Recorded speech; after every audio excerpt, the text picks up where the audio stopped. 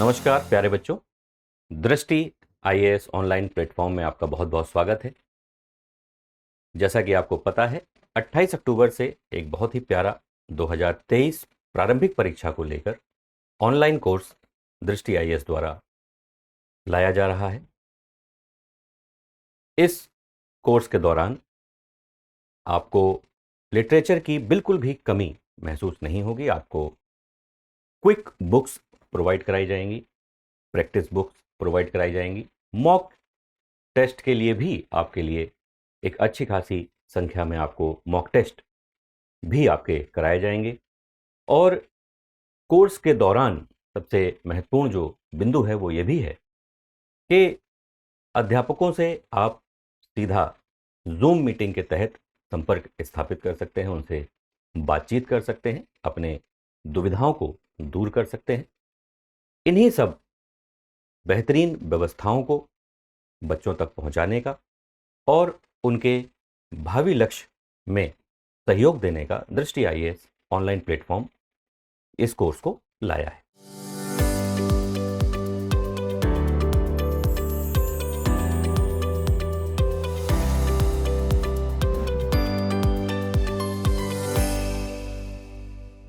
चलिए आइए आज की कक्षा को शुरू करते हैं। आज हम लोग आमने सामने हैं तो एक अत्यंत महत्वपूर्ण मुद्दे को हम लोग चर्चा में लाने वाले हैं। सबसे पहले तो हम लोग उसको अगर बोर्ड पे लिख लें तो आपको भी स्पष्ट हो जाएगा कि हम लोग चर्चा किसकी करने वाले हैं। तो एक महत्वपूर्ण टॉपिक है जो आपने भी कई बार उसे देखा होगा। टॉपिक का नाम है क्रिप्स मिशन। क्रिप्स मिशन, इसको हम लोग समझने जा रहे हैं। और ये जो क्रिप्स मिशन है इसको हम लोग क्यों समझने जा रहे हैं, अभी दो शब्दों में आपको बता देते हैं। अगर देखा जाए तो क्रिप्स मिशन एक ऐसी परिस्थिति में भारत आया था कि उस समय भारत किंग कर्तव्य विमूढ़ की स्थिति में था, अर्थात क्या करें क्या ना करें। क्योंकि क्रिप्स के ठीक पहले, थोड़ा सा ही पहले, एक गांधी जी ने आंदोलन चलाया था जो सफल नहीं रहा, व्यक्तिगत सत्याग्रह। तो काफी कुछ कांग्रेस के नेताओं के मन में चल रहा था, बहुत कुछ मुस्लिम लीग के मन में चल रहा था। इन्हीं सब बिंदुओं को समझते हुए आज हम लोग क्रिप्स मिशन को समझने का प्रयास करेंगे और अत्यंत धैर्यता के साथ, और कोशिश करेंगे कि इस तरह से हम लोग समझें कि एक भारत एक ऐसे दोराहे पे जब खड़ा है कि अब इसके आगे करना क्या है। तो उन परिस्थितियों को यदि हम अच्छे से समझ लें तो आधुनिक भारत के इतिहास का जो अंतिम दशक है, 1940 से 50 के बीच की जो परिस्थितियां हैं, उनको हमें समझने में काफी सहूलियत होगी। चलिए इन शब्दों के साथ थोड़ा सा एक आउटलाइन कर लेते हैं कि हम लोग चर्चा करने जा रहे हैं, क्रिप्स मिशन पे चर्चा करने जा रहे हैं और इसको किस तरह से हम लोग लेकर चलेंगे। तो इसको देखिए, हम लोग तीन फेज में इसको समझेंगे, ठीक है। कि क्रिप्स मिशन के पूर्व में कौन सी स्थितियां थीं जिनकी वजह से क्रिप्स मिशन को विंस्टन चर्चिल, पीएम ब्रिटेन को भेजना पड़ा। उसके बाद हम लोग ये देखेंगे कि दौरान क्रिप्स मिशन ने जब अपना प्रस्ताव रखा तो उस प्रस्ताव में क्या क्या था उसको हम लोग समझने का प्रयास करेंगे।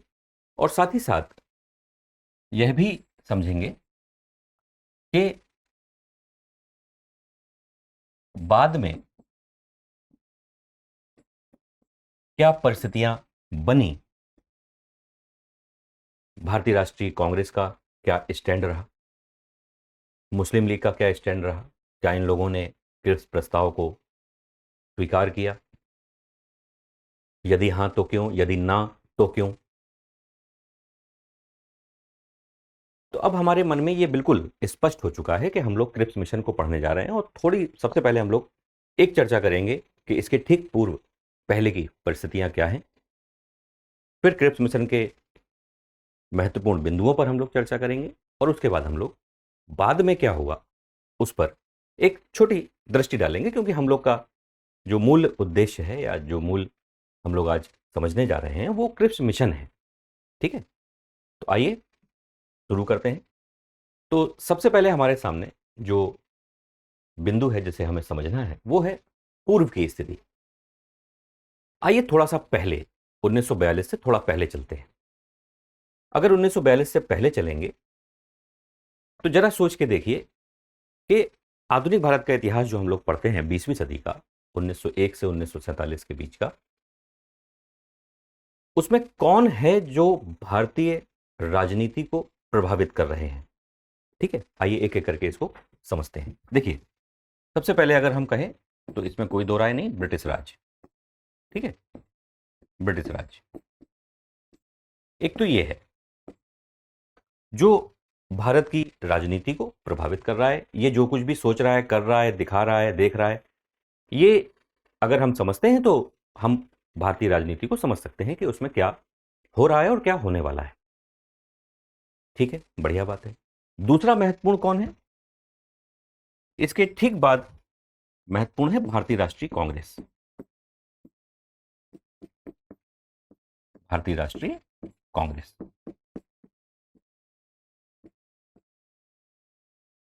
ब्रिटिश राज से लोहा लेने का जो भारत की सबसे बड़ी संस्था जो लोहा ले रही है ब्रिटिश राज से, वो भारतीय राष्ट्रीय कांग्रेस है।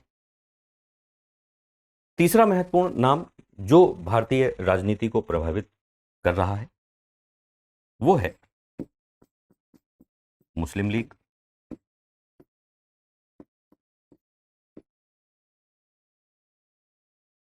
तो अगर हम थोड़ी देर के लिए सिर्फ इस पर चिंतन करें कि 1940 से 47 तक, विभाजन तक जो घटनाक्रम रहा है, तो देखिए हम लोग जो भी चर्चा करते हैं वो इन्हीं तीनों में सिमट कर रह जाती है। अब इसमें अगर हम लोग एक एक करके इनको समझें कि क्रिप्स के ठीक पहले की परिस्थितियां क्या हैं और कौन क्या कह रहा है, ठीक है, तो हमको बड़ी आसानी से समझ में आ जाएगा कि क्रिप्स मिशन जब आए तो उसमें जो प्रावधान है वो हमें न केवल समझ में आएंगे बल्कि हो सकता है याद भी रह जाएं अनंत काल के लिए। ठीक है, तो बस थोड़ा सा धैर्य। देखिए, सबसे पहली बात ब्रिटिश राज। भारत में आपको पता है कि ईस्ट इंडिया कंपनी जब 1600 में बनी तो उसके बाद वो एक प्राइवेट कंपनी थी। ब्रिटेन की महारानी उसकी एक सदस्य के रूप में थी, जो 70 लोगों ने कंपनी बनाई थी। कंपनी जब भारत आती है तो व्यापार और धर्म की गतिविधियों को आगे बढ़ाते हुए जब ये 18वीं शताब्दी के मध्य तक आती है तो इसका जो उद्देश्य है वो व्यापारिक के साथ साथ जो राजनीतिक उद्देश्य है वो दिखने लगता है हम लोगों को। निसंदेह इसकी प्रोग्रामिंग उनके दिमाग में पहले से चल रही होगी, लेकिन उनकी जो हरकतें हैं राजनीतिक लाभ की, वो हमको 18वीं शताब्दी के मध्य से 1745-50 के पास से हमको दिखाई देने लगती है कि अब ये कुछ ऐसा करने वाले हैं जो राजनीतिक हस्तक्षेप के रूप में समझा जा सकता है। ठीक है, तो फिर उसके बाद हम लोग प्लासी और बक्सर को देखते हैं 1757 में, 1764 में। बंगाल जैसे संभ्रांत प्रांत को जब ब्रिटिश या ईस्ट इंडिया कंपनी अपने अधिकार में ले लेती है तो फिर वो एक परंपरा शुरू करती है कि कानून, विधि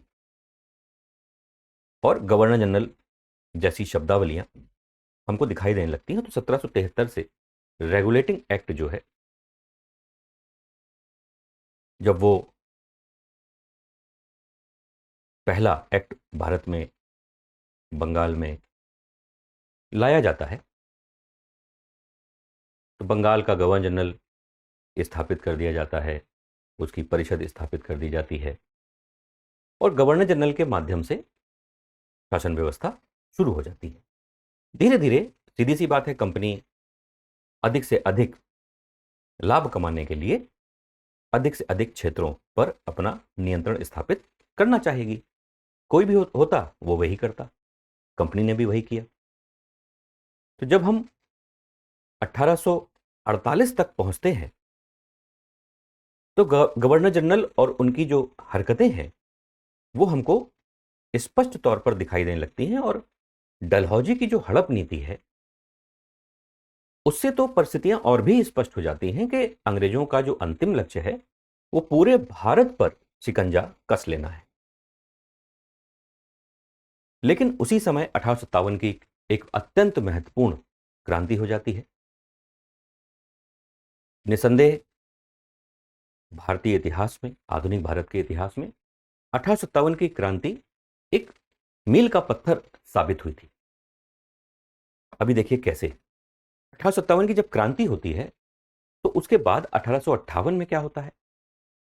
ब्रिटेन की महारानी का पत्र लॉर्ड कैनिंग द्वारा इलाहाबाद में पढ़ा जाता है और उसमें क्या कहा जाता है? उसमें यह कहा जाता है कि अब हम किसी राज्य को हड़पेंगे नहीं। यह बात समझ में आई?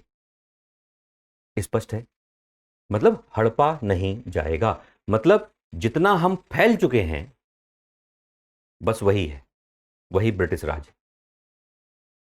बाकी जो भी क्षेत्र है उसको हम अब हड़पेंगे नहीं।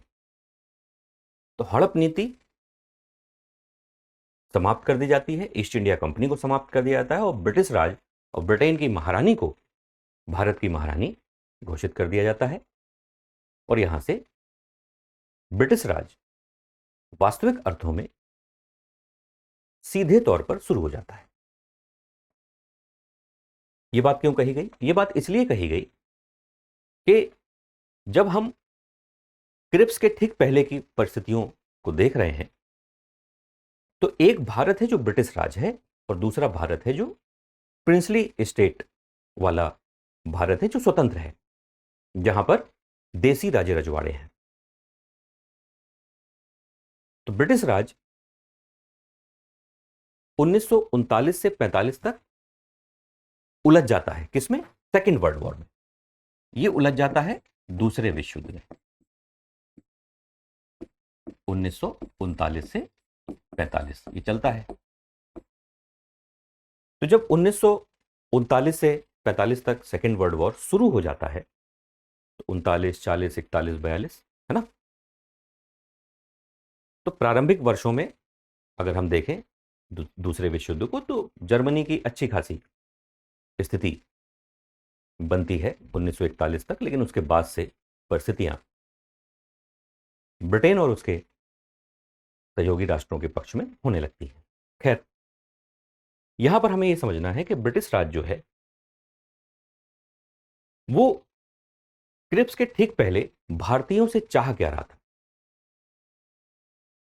तो ब्रिटिश राज ये चाह रहा था कि भारतीय राष्ट्रीय कांग्रेस ये घोषित कर दे कि दूसरे विश्व युद्ध में हम ब्रिटेन के साथ हैं।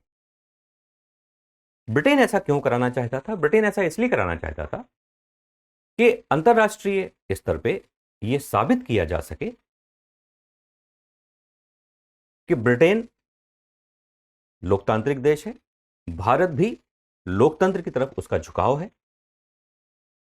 लोकतांत्रिक व्यवस्थाओं को समर्थन दे रहा है, जिससे जो साम्यवादी हेमा है या जो साम्यवादी व्यवस्थाएं हैं वो ये निश्चित कर लें कि भारत लोकतंत्र के प्रति समर्पित है। ये एक बहुत बड़ा उनके मन में था विचार, और अगर भारत ऐसा करता तो ये हो भी जाता। बोस साहब को जो इतना कुछ सहयोग मिला था ना, उसके पीछे भी गांधी जी ही थे, क्योंकि हमने ब्रिटेन की इस बात को स्वीकार नहीं किया था। 1940 में अगस्त प्रस्ताव ब्रिटिश राज द्वारा दिया जाता है। उस अगस्त प्रस्ताव में भी संविधान निर्मात्री सभा और इस प्रकार की तमाम बातों को रखा जाता है जो हमें लुभावनी लग सकती थी, लेकिन किसी भी प्रकार का ठोस शब्द उसमें प्रयोग नहीं किया गया था। यही कारण था कि अगस्त प्रस्ताव आयाराम गयाराम टाइप का हो गया। उस पर किसी ने बहुत ध्यान नहीं दिया। हाँ, भारतीय राष्ट्रीय कांग्रेस ने यह जरूर कह दिया कि जब तक मजबूती के साथ कोई आप कदम नहीं उठाएंगे, ऐसा जो भारत के हित में हो, संपूर्ण भारत के हित में हो, तब तक भारत यह घोषित नहीं करेगा कि वो दूसरे विश्व युद्ध में ब्रिटेन के साथ है। तो ब्रिटिश राज को तो मालूम चल गया 1940 तक कि भारत किसी भी स्तर पे दूसरे विश्व युद्ध में अपनी सहमति नहीं देगा, ना दी भारत ने। उसके बाद अगर हम भारतीय राष्ट्रीय कांग्रेस पर थोड़ा ध्यान दें, तो भारतीय राष्ट्रीय कांग्रेस का सीधा सा यह मानना था कि विश्व युद्ध चल रहा है, अब ब्रिटेन को चाहिए कि वो ये घोषित कर दे कि वो भारत को कब स्वतंत्र कर रहा है। तो भारतीय राष्ट्रीय कांग्रेस के नियम कानूनों में या उसकी जो मांग थी वो भारत और उसकी स्वतंत्रता को लेकर थी, है ना। अब इससे कम कुछ नहीं, बहुत हो गया, है ना। अब भारत को स्वतंत्र कर दो। अब अगर कुछ और कहोगे तो वो पसंद नहीं आएगा। अच्छा, वहीं अगर हम अच्छा, ये बात भारतीय राष्ट्रीय कांग्रेस की बात ब्रिटिश राज मान नहीं रहा था। उसी बीच ये भी बड़ी बड़ी बातें। अच्छा, इनके साथ समस्या क्या हुई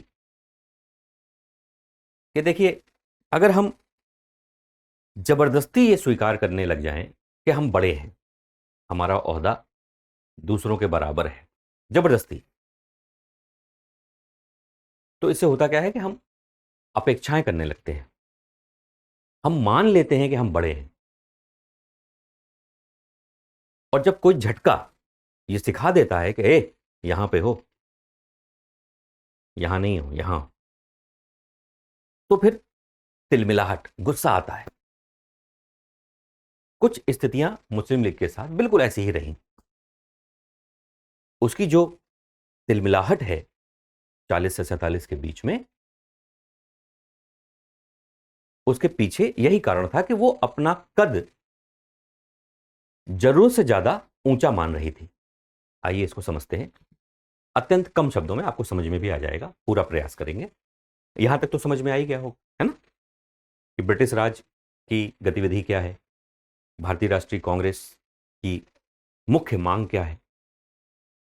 अब थोड़ा सा इनको देख लेते हैं। इनको ये लग रहा था, देखिए 1906 में जब मुस्लिम लीग बनी, आगा खां एंड कंपनी के निर्देशन में, आशीर्वाद से, ब्रिटिश आशीर्वाद से जब ये बनाने में सफल हो गए, तो उस समय तो कोई बड़ी इनकी सोच विचार नहीं था। लेकिन जैसे जैसे ये भारतीय राजनीति में अपने आप को आगे बढ़ाते गए, और जब ये अपने आप को आईएनसी से अलग मानते गए, तो इन्होंने अपने आप एक विचारधारा अपने दिमाग में बना ली कि जिस भारतीय राष्ट्रीय कांग्रेस जो है वो बहुसंख्यक पार्टी है, वो बहुसंख्यक हिंदुओं की पार्टी है और भारतीय राष्ट्रीय कांग्रेस का मुसलमानों से कोई लेना देना नहीं, जबकि इनमें तो मुट्ठी भर थे, है ना, झोला भर तो आईएनसी में थे राष्ट्रवादी मुसलमान। खैर, अब इन्होंने कद तो अपना ऊंचा मान लिया।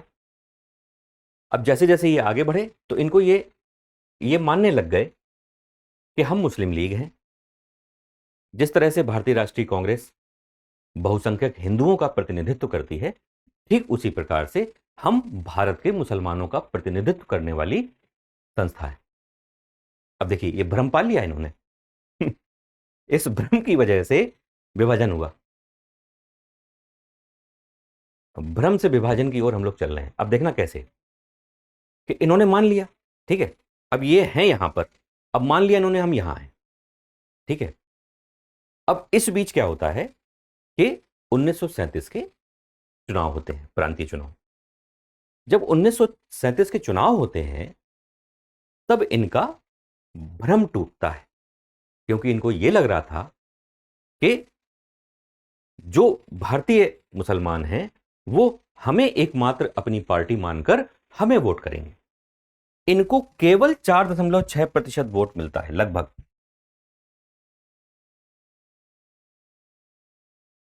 वो ये ना अभी कहा था झटका, तो यहां ओरिजिनली ये यहां है और मान यहां रहे हैं। अब जैसे ही 1937 के चुनाव हुए, असलियत सामने आ गई। अब इनको लगने लगा कि ये तो बड़ी समस्या हो गई। अब अल्पसंख्यकों का क्या होगा? अब क्या करेंगे अल्पसंख्यक? ये बहुसंख्यक तो हमारे साथ अत्याचार करेंगे अगर कल को भारत आजाद हो गया।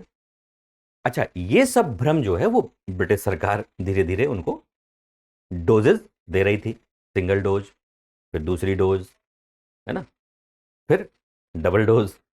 तो इन डोजों से क्या हुआ कि इनके जो एक अल्पसंख्यक में भी अल्पसंख्या ऐसी थी मुस्लिम्स की, जो ब्रिटेन की इस प्रकार की भ्रामक बातों में आ गए थे, जो इसके मूल सदस्य थे। तो 37 के चुनाव के बाद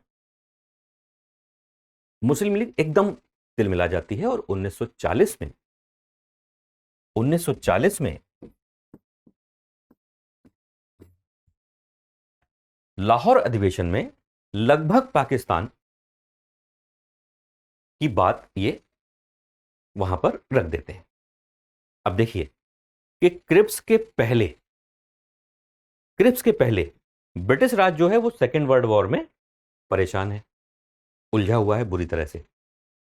भारतीय राष्ट्रीय कांग्रेस इस ब्रिटिश अव्यवस्था का अपने पक्ष में लाभ लेना चाहती है। यह बात भी समझ में आ गई, है ना। अब देखिए इनकी क्या स्थितियां हैं कि भारत की आजादी बाद में, पहले जो हमने कहा है या जो हमारी मांग है पहले उसको। अब इन परिस्थितियों से अब आगे बढ़िए। तो जब 1941-42 में हम लोग प्रवेश करते हैं तो गांधी जी भी विचार कर रहे थे कि करा क्या जाए। भारत ऐसे दोराहे पे खड़ा था कि कुछ भी करना एक बड़ी चुनौती साबित हो सकता था। ठीक है, समझिएगा इसको। अच्छा, ऐसे में हुआ क्या कि जब मार्च 1942 में स्टेफोर्ड क्रिप्स जो है वो उनको भेजा जाता है चर्चिल के द्वारा, और चर्चिल उनको इसलिए भेजते हैं कि अंतर्राष्ट्रीय दबाव है कि भारत को लेकर कुछ ऐसा निर्णय निकालो जो लोकतांत्रिक हो, जिसका परिणाम लोकतांत्रिक हो, जिससे कहीं ना कहीं लोकतंत्र की जो छवि है वो खराब ना बने। क्योंकि अगर हम देखें तो जो साम्यवादी विचारधारा थी वो लोकतंत्र का विरोध करती थी, और वो अमूमन ये कहती थी या अधिकतर जगहों पर वो ये कहने का प्रयास करती थी कि जो लोकतांत्रिक देश हैं वो बहुत ही अव्यवस्थित हैं, गरीब हैं, अमीर और अमीर होता है, गरीब और गरीब हो जाता है लोकतांत्रिक व्यवस्थाओं में। तो इस प्रकार का दुष्प्रचार साम्यवादी देशों द्वारा तो किए जाता रहा है। अच्छा, विश्व युद्ध के दौरान परिस्थितियां जब कठिन होने लगी तो ब्रिटेन ने चर्चिल से कहा कि जाओ और भारतीयों से जाके बात करो।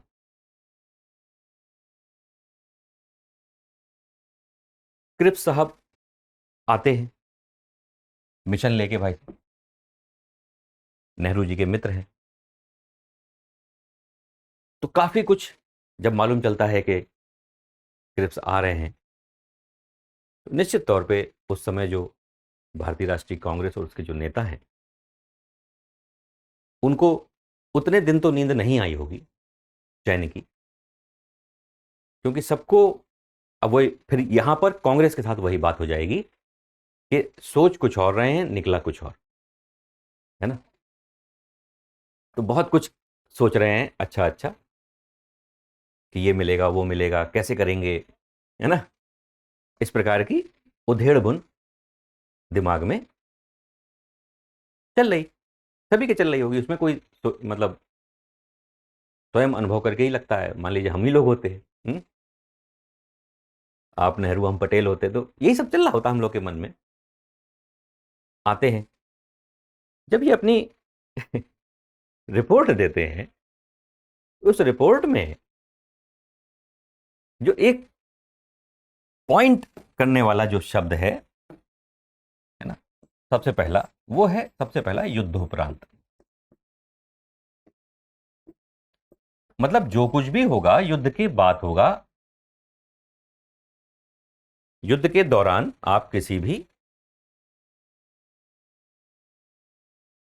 चीज की आशा ना करें, ठीक है।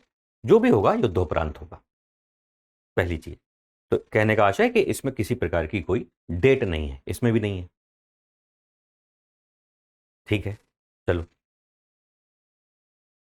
आगे बढ़ते हैं, मतलब कि चलो ठीक है युद्धोपरांत होगा, चलो ठीक है मान लिया, लाए क्या हो, लिखा क्या है, जल्दी बताओ, ठीक है। तो प्रस्ताव में कहा गया कि हम भारत को डोमिनियन डोमिनियन स्टेटस का दर्जा देंगे, है ना। मतलब जो मांग भारत, अगर हम कहें भारतीय राष्ट्रीय कांग्रेस,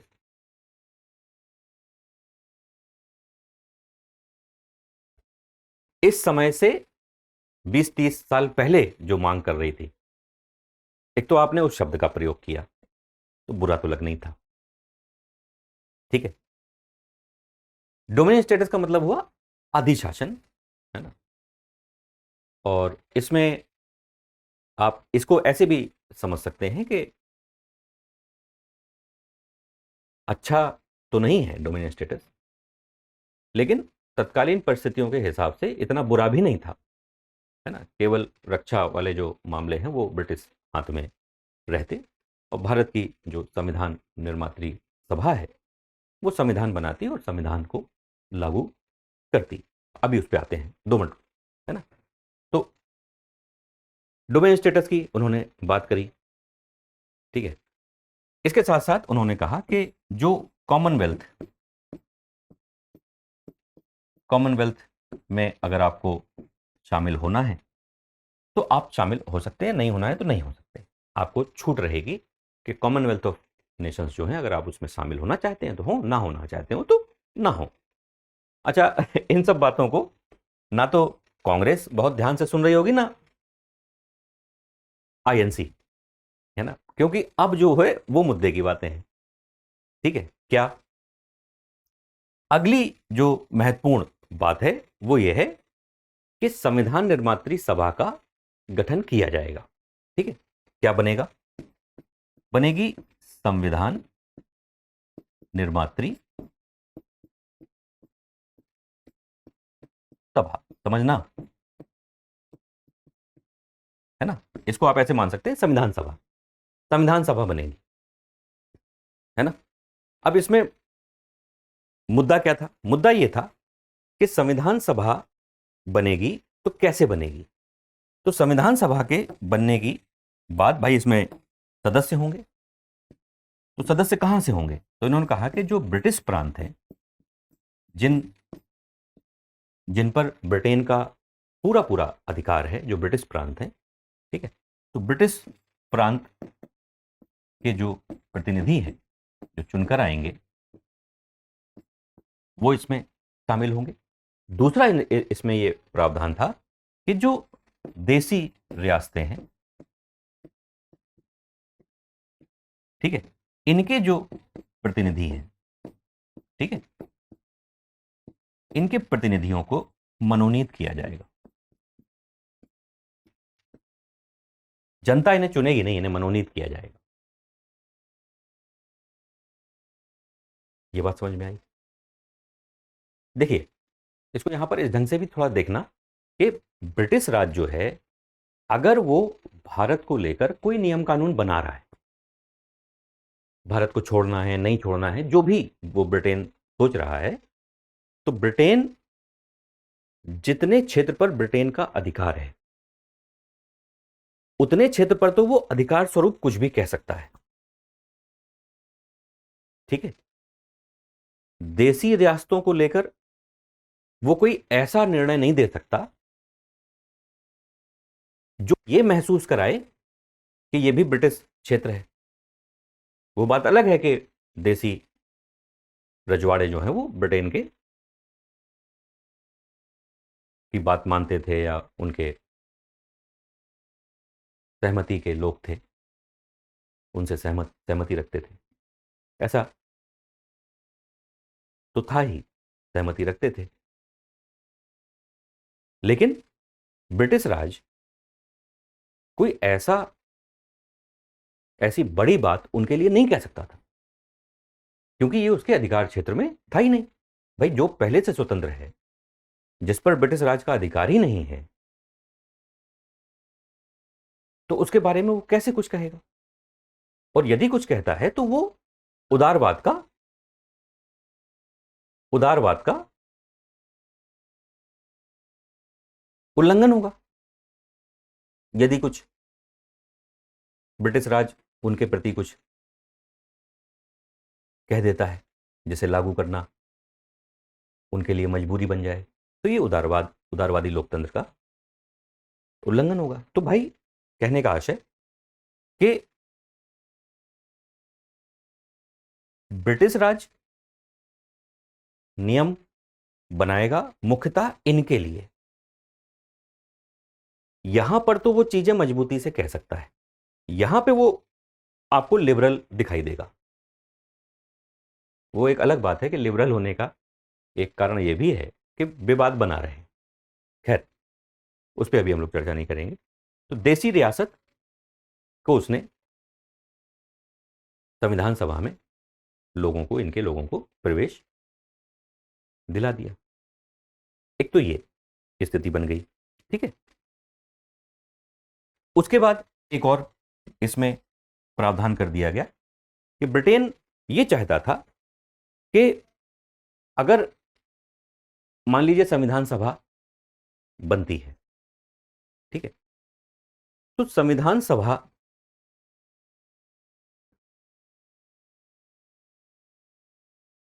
सभा जो है, उसे कुछ शर्तों पर हामी भरनी होगी जो वो ब्रिटिश राज के साथ समझौता करेगा। पहला, कि संविधान सभा और ब्रिटिश राज के बीच इस बात को लेकर एक समझौता हो जाएगा कि अल्पसंख्यकों के साथ क्या करना है, या उनकी स्थिति को लेकर एक समझौता ब्रिटिश राज और संविधान सभा के बीच हो जाएगा। क्योंकि ब्रिटेन हमेशा यह बात कह रहा था कि देखो, हम भारत को छोड़ रहे हैं, मान लो, तो बहुसंख्यकों को हम इतना ताकतवर नहीं नहीं बनने देना चाहते कि वो अल्पसंख्यकों का शोषण करें। और हम अल्पसंख्यकों को भी कोई ऐसी मास्टर की देकर नहीं जाएंगे कि वो बहुसंख्यकों को परेशान करें।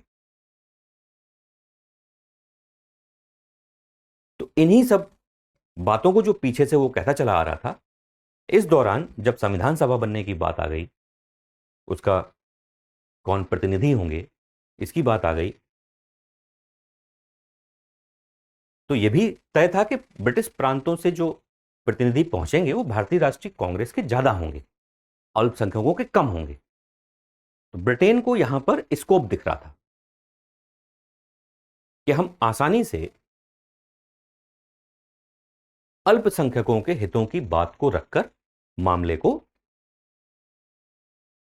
हो सकता है रफा दफा कर ले जाएं या और आगे बढ़ा दें इनकी इनकी जो स्वतंत्रता की मांग है, इनको आपस में उलझा दें। भाई यही तो वो करता आ रहा है। बंगाल विभाजन से लेके अगर हम क्रिप्स मिशन तक देखें तो आप क्या देख रहे हैं, यही तो देख रहे हैं कि वो आपस में उलझाकर अपना दूर से बैठ के तमाशा देख रहा है। तो भैया शर्त निर्धारित हो गई। दूसरा कि जैसा कि अभी हमने आपसे कहा कि ये देसी रियासतें हैं। दूसरा उसने देसी रियासतों के बारे में महत्वपूर्ण बात कही। क्या बात कही कि उसने कहा कि जैसे देसी रियासतें हैं,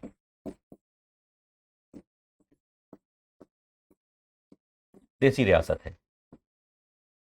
अब देसी रियासत रियासत चूंकि ब्रिटिश राज के अधीन नहीं है, तो हम कैसे कहते हैं कि भारतीय राष्ट्रीय कांग्रेस इन देसी रियासतों को आप ले जाओ, हम भारत को स्वतंत्र कर रहे हैं और ये देसी रियासतें आपका हिस्सा, ये कैसे कह दें? आधार नहीं है ना। तो देसी रियासतों के लिए यह व्यवस्था बनाई गई कि या तो आप पूर्व की स्थिति में बने रहें, पूर्व की स्थिति में बने रहें। पूर्व की स्थिति का मतलब कि जैसा चल रहा है ना, जैसा चल रहा है बिल्कुल वैसा बना रहे, या अगर आप चाहें तो आप अपनी स्वतंत्रता घोषित कर सकते हैं।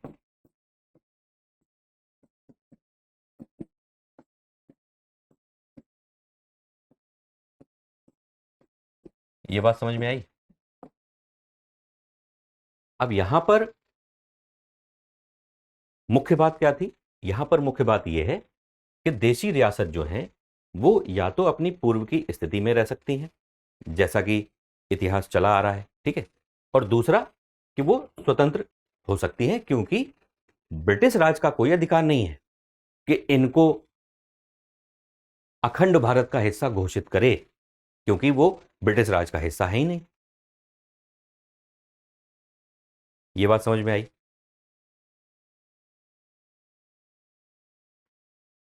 क्लियर है? तो एक तरफ अल्पसंख्यकों का मुद्दा, यहां पर ये दो मुद्दे, एक तरफ अल्पसंख्यक का मुद्दा कि अल्पसंख्यकों को लेकर ब्रिटिश राज और संविधान सभा,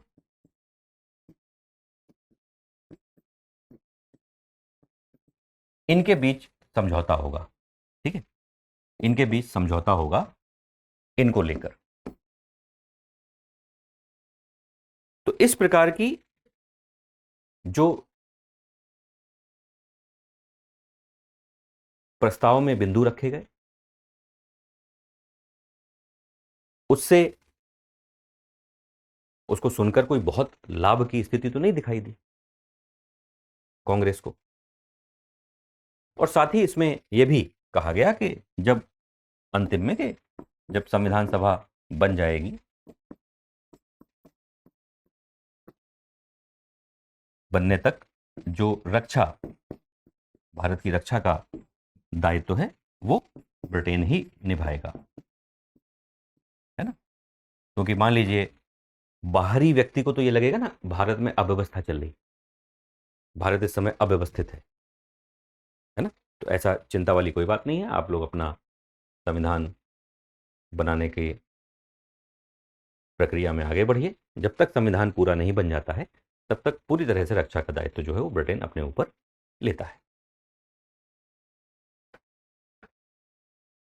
इतनी गतिविधियों से हमको ये तो मालूम चल गया कि पहली महत्वपूर्ण चीज ये थी कि कोई भी इसमें डेट नहीं थी। दूसरी महत्वपूर्ण चीज मालूम चल गई कि जो हम 20-30 साल पहले मांगा करते थे, अब आप वही बात आज आप हमें देने की बात कर रहे हो। ठीक है। उसके बाद कॉमनवेल्थ में भारत इसका हिस्सा बन सकता है, नहीं बन सकता है, ये भारत पर छोड़ दिया गया। तो ये कोई उस समय का कोई बहुत बेहतरीन बिंदु नहीं है ना। हम चाहें तो रहें, ना चाहें तो ना रहें। ठीक है। इससे कोई हमारी बड़ी समस्या का समाधान नहीं हो रहा है। संविधान निर्मात्री सभा बनने की बात कही गई, तो यहां पर भारतीय राष्ट्रीय कांग्रेस को समस्या क्या है कि देसी देसी रजवाड़े जो हैं, जो देसी रियासतें हैं, जो प्रिंसली स्टेट हैं, यहां पर जो प्रतिनिधि इनसे जो आ रहे हैं वो जनता द्वारा सीधे नहीं आ रहे हैं चुनकर। ये एक समस्या का विषय था। तो कहीं ना कहीं इनको संविधान सभा में भेजकर, निसंदेह अगर मान लीजिए अगर भारतीय राष्ट्रीय कांग्रेस इस प्रस्ताव को स्वीकार कर भी लेती, तो समझ में आ रहा है कि संविधान सभा में कितना डिस्टरबेंस रहता है ना। दूसरा कि देसी रियासतों को लेकर उन्होंने एक बढ़िया स्टेप चला कि हम या तो वो पूर्व की स्थिति में रह लें, ठीक है, जैसे रह चली आ रही हैं, या अगर वो अपने आप को एक स्वतंत्र राष्ट्र के रूप में ये अपनी स्वतंत्रता घोषित करना चाहती हैं, तो वो देसी रियासतें अपनी स्वतंत्रता घोषित कर सकती हैं। इतना ये बात क्या है, अब गांधी जी ने, पता है, इस बात को लेकर गांधी जी ने कहा था कि ये तो जो मुस्लिम लीग जो पाकिस्तान निर्माण की बात कर रही है, तो ब्रिटेन पाकिस्तान बना नहीं रहा है ना, लेकिन मुस्लिम लीग को इशारा कर रहा है। अब ये गांधी जी उस समय समझ गए थे, लेकिन आइए, इतनी गतिविधियां जब चल रही थी, अच्छा ये तो समझ में आएगी, अभी अभी हम लोग ने चर्चा करी है ना अल्पसंख्यकों को लेकर। इतना जब कुछ हो गया, तो फिर बाद में हुआ क्या? बाद में जो भारतीय राष्ट्रीय कांग्रेस है और जो मुस्लिम लीग है, इनसे आशा और अपेक्षा की गई ब्रिटेन के द्वारा कि आप लोग बताइए क्या आप इसे स्वीकार कर रहे हैं, क्रिप्स मिशन को। तो देसी रियासतों का जो मुख्य मुद्दा था कि वहां से मनोनीत सदस्यों को भेजा जा रहा था, कांग्रेस इस बात से नाराज थी। किसी प्रकार की कोई डेट नहीं थी कि कब, युद्धोपरांत, युद्ध चाहे 1 साल चले, चाहे 2 साल चले, चाहे 4 साल चले, चाहे 8 साल चले, कोई डेट नहीं थी। तो भारतीय राष्ट्रीय कांग्रेस को इसमें किसी प्रकार का कोई भी ऐसा स्टेप नहीं लगा कि जो वो रखे। दुखी हुए, सभी लोग दुखी हुए। गांधी जी ने भी कहा कि ये उत्तर तिथि चेक है, पीडीसी जैसे हम कहते हैं, पोस्ट डेटेड चेक। कांग्रेस के सभी नेता नाराज हुए।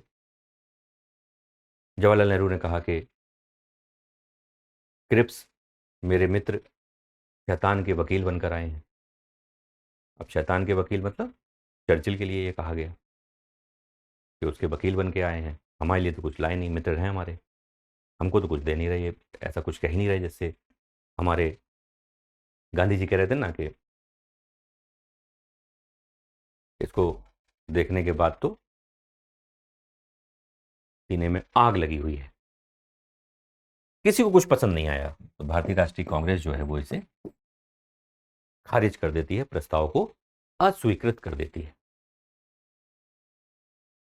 बात रही मुस्लिम लीग की, तो मुस्लिम लीग जो है ये दिवा स्वप्न देख रहे थे कि पी फॉर पाकिस्तान निर्माण की बात कही जाएगी क्रिप्स के द्वारा। तो पाकिस्तान का तो पा तक नहीं बोला क्रिप्स ने।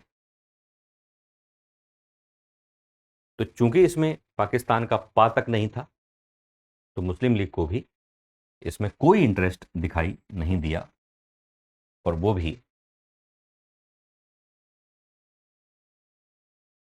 इस प्रस्ताव को अस्वीकृत कर देती है। पूरी स्टोरी समझ में आ गई। अब जब क्रिप्स प्रस्ताव को मना कर दिया गया, वो एक फेल्योर के रूप में स्पष्ट हो गया सबके दिमाग में। अब क्या किया जाए? मार्च 30 मार्च 1942 की बात है।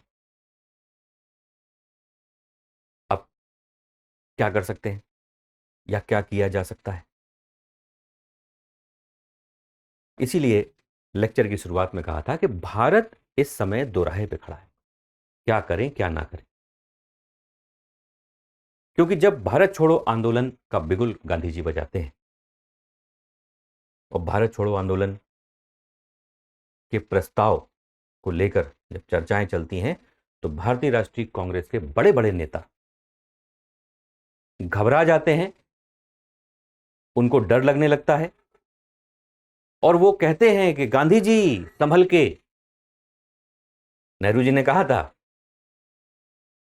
कि हम द्विधारी तलवार से खेलने जा रहे हैं,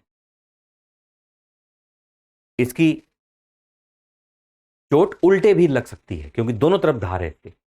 भारत छोड़ो आंदोलन के समय जब, क्योंकि गांधी जी को भी नहीं पता था कि यह आंदोलन किस रास्ते जाएगा, और गांधी जी को यह भी नहीं पता था कि आंदोलन का नेतृत्व करेगा कौन, क्योंकि मालूम था आंदोलन शुरू करेंगे अंग्रेज हमें जेल में डाल देंगे।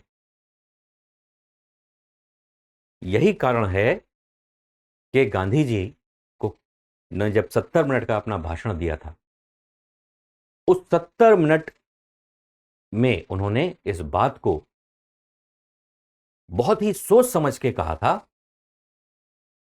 कि हर भारतवासी अपनी हर एक सांस में